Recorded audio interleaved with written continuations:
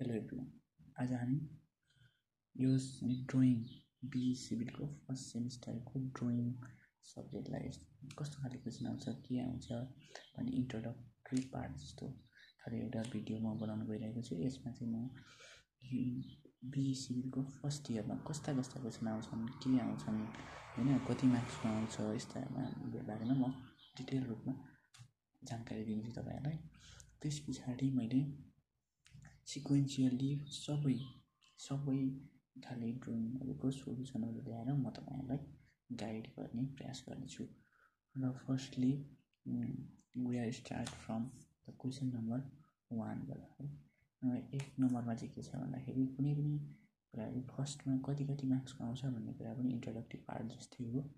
जस्तो टोटल चाहिँ 100 मार्क्सको हुन्छ पोखरा युनिभर्सिटीले यो ड्रइङमा चाहिँ, र त्यसमा 45 मार्क्स चाहिँ यदि ल्याइयो भने त्यो पास हुन सकिन्छ। त्यसमा कति मार्क्सका कतिवटा क्वेसन आउँछ भनेर तपाईँहरूलाई जिज्ञासा लाग्न सक्छ। फर्स्टमा त के हो भने टोटल 6वटा क्वेसनहरू आउँछन्। यसमा 6वटा क्वेसनहरू आउँछन्। त्यसमा कुनै एउटा जस्तो इन्भोल्युट बनाउनेवाला आउँछ होइन, इन्भोल्युट बनाउने वा इलिप्स बनाउनेवाला फर्स्टमा आउन सक्छ। त्यस पछाडि एउटा अर्थोग्राफिक भन्ने आउँछ। अर्थोग्राफिक 25 मार्क्सको अर्थोग्राफिक प्रोजेक्सन आउँछ। त्यस्तै अर्को सर्फेस डेभलपमेन्ट भन्ने आउँछ 15 मार्क्सको।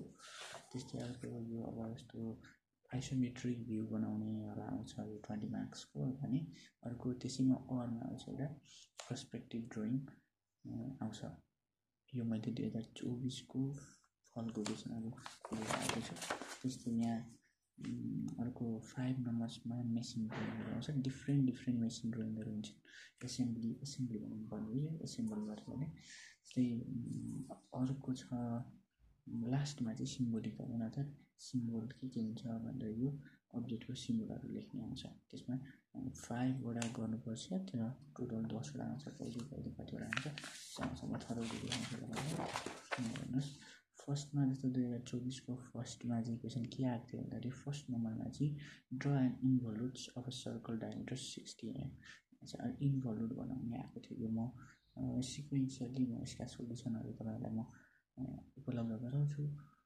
त्यसरी don't forget to subscribe my channels. अनि अर्को छ 2 नम्बरमा आएको थियो अर्थोग्राफिक भ्यू। यहाँ हेर्नुहुन्छ यसको अर्थोग्राफिक भ्यू निकाल्नु पऱ्यो। यता फ्रन्ट भ्यू दिएको थियो, यता साइड भ्यू, यता टप भ्यू भएर है यस्तै गर्ने हो। त्यस्तै अर्को चाहिँ सर्फेस डेभलपमेन्ट छ। सर्फेस डेभलपमेन्टमा पनि यो एउटा जस्तो पिरामिड जस्तो भनौँ न, सिलिन्ड्रिकल्स दिएको थियो यसमा है।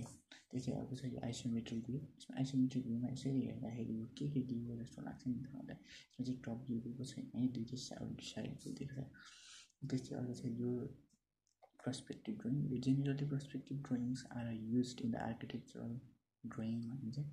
आर्किटेक्चरल ड्रइङमा चाहिँ धेरै नै युज हुन्छ पर्सपेक्टिभ ड्रइङ्स। पर्सपेक्टिभ ड्रइङमा चाहिँ होइन सडन एङ्गलमा टिल्ट गरेर बनाएको हुन्छ। तपाईँहरूलाई म त्यो गाइड गरिदिइहाल्छु। त्यस्तै अर्को छ 5 नम्बरमा एउटा मेसिन ड्रइङ आएको छ। मेसिन ड्रइङमा पनि यो फर्स्ट नम्बरमा एउटा यो एक खाले मेसिन ड्रइङ आएको छ, यसलाई एसेम्बल गर्ने।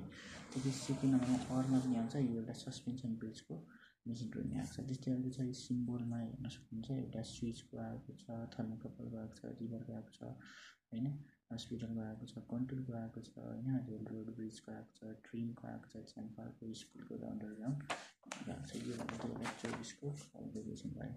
त्यसै म अर्को तपाईँहरूलाई देखाउन गइरहेको छु किनभने मैले 2023को फल ठ्याक्कै वर्ष अगाडिको 23को फलको क्वेसन जस्तो फर्स्टमा अघि इन्भोल्युट आएको थियो भने यसपछि locus of point of circumference area दिएको होइन, होरिजोन्टलमा के गर्ने भनेर त्यो गर्नवाला आएको छ यसमा है।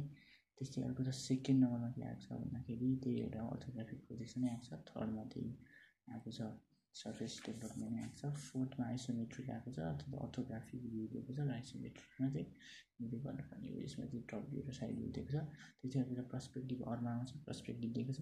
त्यस्तै अर्को 5 नम्बरमा त्यो मेसिन ड्रइङ आएको छ, तर अगाडि अलिकति डिफ्रेन्ट खाले मेसिन ड्रइङ आएको छ। त्यो चाहिँ अरमा आएको छ। अर्को पनि त्यही एसेम्बलबाट त्यही सस्पेन्सन ब्रिजकै आएको छ भने चाहिँ सेम रिपिट हुन्छ। यो एउटा कस्तो भने पोखरा युनिभर्सिटीमा चाहिँ धेरै चाहिँ रिपिटेसन क्वेसनहरू पनि आउँछ क्या, त्यसको फाइदा चाहिँ यति हो। त्यो चाहिँ अर्को चाहिँ हुन सकिन्छ अरू अब जस्तो यहाँ सिम्बलमा पनि त हल्का हल्का त रिपिट भएको छ, तर पनि सिम्बल कस्तो आएको छ भने एउटा चाहिँ स्ट्रिम वेल भनेको के हो, कन्टुर ड्याम होइन, अनि ग्लेसियर्स भनेको च्याम्पर टनल होइन, अपसेट, त्यस्तै अब हाइवे ब्रिज होइन, फेरि त्यसमा त्यस्तै त्यस्तै कुराहरू आएको छ है। त्यस्तै अर्को छ क्वेसन पनि थियो देख्नुहोस् यो मेसिन ड्रइङको ड्रहरू है। त्यस्तै कोही विद्यार्थीहरू चाहिँ यदि कम्प्युटरतिर हुन्छ है, बिए कम्प्युटरतिर हुन्छ भने त्यो कम्प्युटरमा चाहिँ अलिकति कमको हुन्छ नि त ड्रइङलाई कम राखेको छ भने यहाँ मसँग एउटा क्वेसन छ कम्प्युटरकै हो 2024 फलको क्वेसन हो। 2024 फेरि हेलिक्स बनाउने या हेलिक्सवाला दिएको छ फर्स्ट नम्बरमा भने त्यसमा चाहिँ त्यो 20 मार्क्स क्यारी गर्दछ कम्प्युटर इन्जिनियरिङमा चाहिँ। त्यो चाहिँ 2मा छ र अर्थोग्राफिक दिएको छ, यसमा 35 मार्क्स आउँछ जसरी सिभिलमा 25 आउँछ। त्यसै अर्को छ 3 नम्बरमा छ यो सरकारी डेभलपमेन्टै आएको छ, सेमै क्वेसन जस्तो आएको छ यो चाहिँ। यसमा चाहिँ 15 मार्क्सकै छ भने अर्को एउटा छ आइसोमेट्रिक भ्यू बनाउने छ, त्यो चाहिँ 20 मार्क्सको हुँदो रहेछ। त्यस्तै पर्सपेक्टिभ ड्रइङ यसमा पनि आउँदो रहेछ भने लास्टमा सबैभन्दा धेरै यहाँ चाहिँ सिम्बल आउँछ है।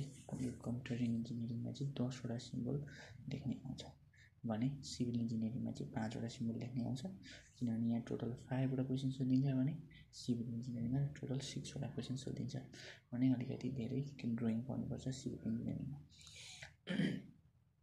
जस्तो यहाँ धेरैवटा सोधिएको छ, यहाँ 2-4वटा हेर्न सकिन्छ। जस्तो 2 वे स्विचको कस्तो हुन्छ है, 2 कन्डक्टरको कस्तो हुन्छ, ट्रान्जिस्टरको कस्तो हुन्छ, फ्युजको कस्तो हुन्छ, यस्ता यस्ता कुराहरू छन्। यति भन्दै म थ्याङ्क यू फर वाचिङ। म अब सिक्वेन्सियली रूपमा ल्याउने छु म यसका सोल्युसनहरू त। So don't forget to subscribe my channel and support